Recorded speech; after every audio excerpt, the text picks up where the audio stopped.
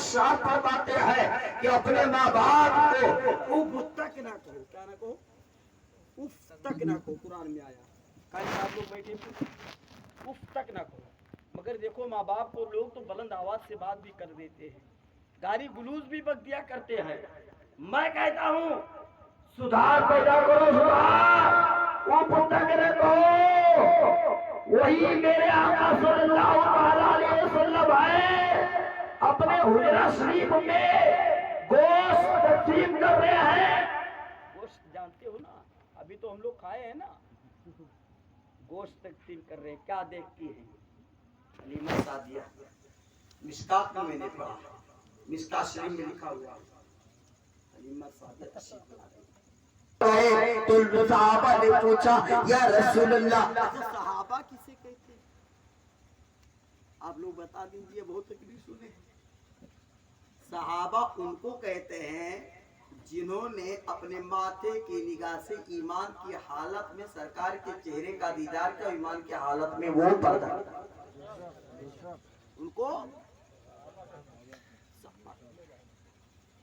تو پیارو, وہی ہمارے آقا صلی اللہ علیہ وسلم اٹھ کر جب کھڑے ہو گئے, صحابہ کہتے ہیں یا رسول اللہ, آپ تو رسولوں کے امام ہیں, آپ کیوں کھڑے ہو گئے؟ کہا تم نہیں دیکھتے ہو میری ماں آ رہی ہے.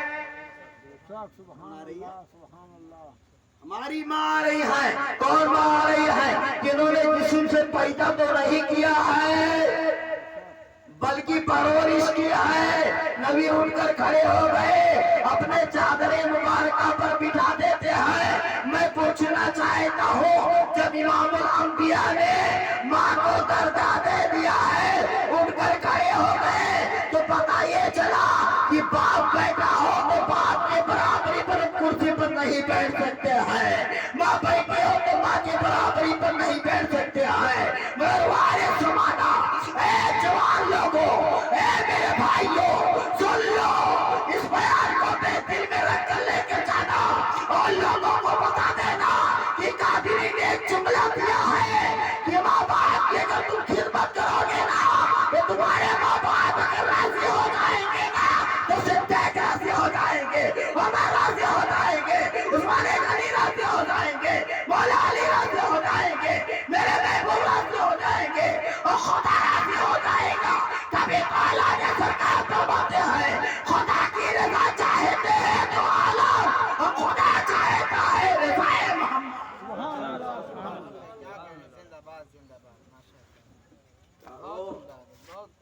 ماں باپ کی خدمت کرو. آج ہم نے جس ٹاپک کو اٹھایا, ہماری عادت نہیں ہے کہ ہم اٹھائیں اس ٹاپک کو, گھما دیں اس ٹاپک پہ. جو ہم اٹھاتے اسی پہ تقریر کرتے ہیں, جو موضوع دیا جاتا ہے. تو چاروں ماں باپ کی خدمت کرو, اب کرنا سیکھو. نہ آپ دنیا میں کچھ بھی کر لینا, کچھ بھی نہیں قبول ہونے والی. چاہے کھانے کا بات چلا جاؤ, مدینہ شریف چلے جائیں, ہم ماں باپ نہ خوش ہے تو 5 بچے 7 بچے ہیں نا, وہی ماں باپ تو 10 روپے کے لیے ترس رہے. میں تم سے پوچھنا چاہتا ہوں, وہی باپ میاں چور کے کئی گرمی میں کئی دھوپ میں 1 روپے کما کے لا کے تم کو کھلایا, اپنا پرانا کپڑا پہنا, تم کو نیا کپڑا پہنایا. وہی باپ تم کو سردی میں لے کر باہر نہ لیتی کہ کہیں میرے بیٹے کو زکام نہ ہو جائے, بخار نہ ہو جائے. یاد کرنا جوان, اپنے ماں باپ کی خدمت کر. جو اپنے ماں باپ کی دعا بولے گا تو پریشانی دور ہو جائے گی, مصیبتیں دور ہو جائیں گی, بلا دور ہو جائے گی. تو اپنے ماں باپ کی خدمت کرنے کی کوشش کریں. مگر آج 10 روپے دے دیو تو بپک لگے سوئے ہو. کہاں ہے جو دوسروں کے ہاتھ میں ہو, 4 ہی دن میں اماں بن جاتی ہے. ماں جان پورن کی اماں ختم, اور ترنت آئی کہ نو کی اماں بن جاتی سراج سے. اور ایسا نو کی اماں بناتی کہ جو پران ماتاری باپ پالین بیچارے, ان کی کوئی عزت ہی نہیں ہے. ان کا کوئی ویلو ہی نہیں ہے.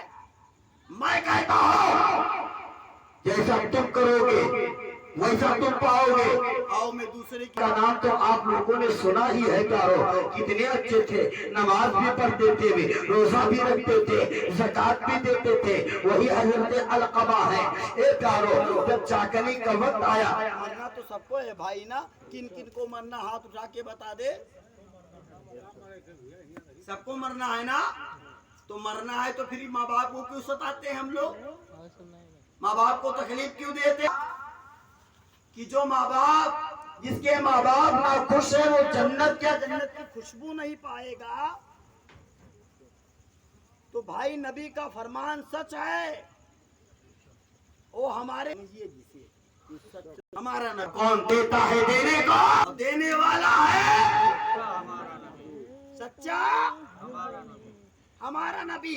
وہی حضرت علقمہ ہے. چاکنی کا وقت آیا, جاکنی جانتے ہو موت, اب کلمہ نہیں پڑھ پا رہے ہیں, اور نبی کا فرمان ہے کہ جو میرا سچا عاشق ہے, صحابی رسول ہے, وہ کلمہ پڑھ کے ہی دنیا سے پردہ کرے گا. اب کلمہ نہیں پڑھ پا رہے ہیں.